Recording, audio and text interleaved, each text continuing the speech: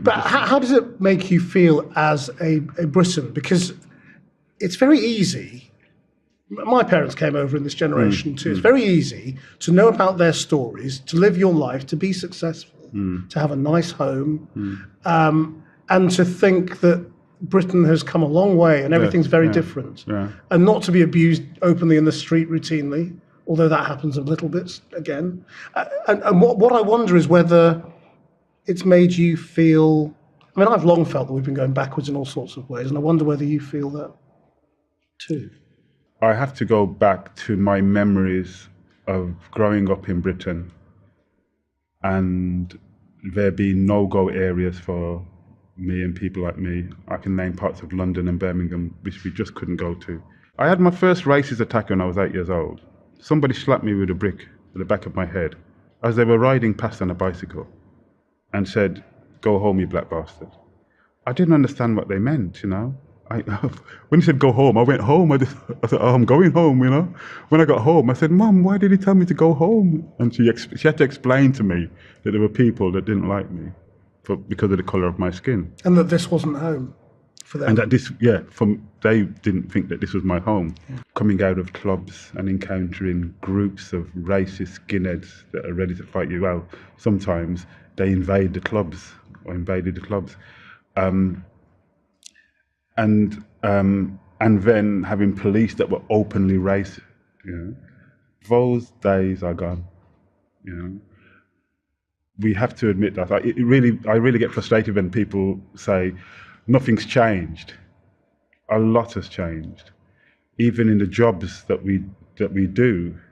I can remember a time when our complaint was there were no black or Asian people on television. I remember as a kid, we only saw Americans. So things have changed. During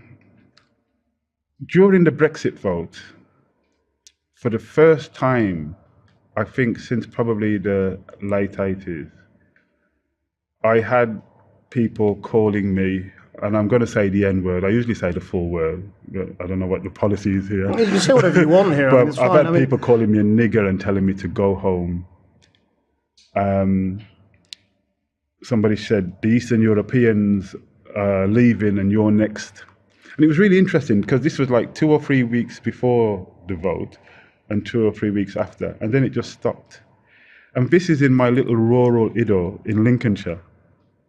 And I remember one day I was telling somebody about this on the street, you know, during this time, a white person, and this person said, "This is terrible, Benjamin. I didn't think this could happen in our village."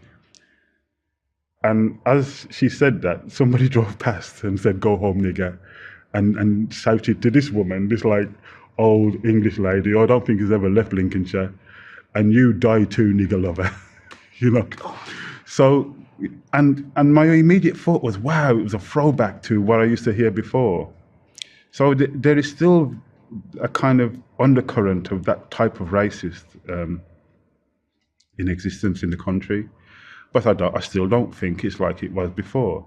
But what I feel now with the Rindra situation is that I don't feel safe. I think you go to lots of people who have been moved out of a country, have been expelled or whatever, and if you say to them, go back 20 years, do you think this could have ever happened? They'll say, no. I lived in Yugoslavia for 2 years. And the Serbs and the Croats all lived together. And I don't think any of them ever thought there's going to be a time when they would have to run for their lives. We just don't know. And I think, you know, if something really drastic happened in the country, I think there are a lot of people that wouldn't count us as British. Doesn't matter about us being born here or not.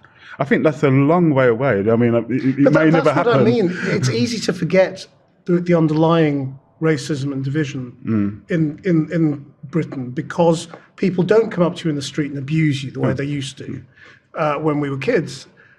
But what the Windrush scandal has perhaps exposed is the underlying prejudices, the institutional racism, the structural racism, all of that. And that's what's leading to what you're saying, the fear that this could all come back. Not just come back, but be worse.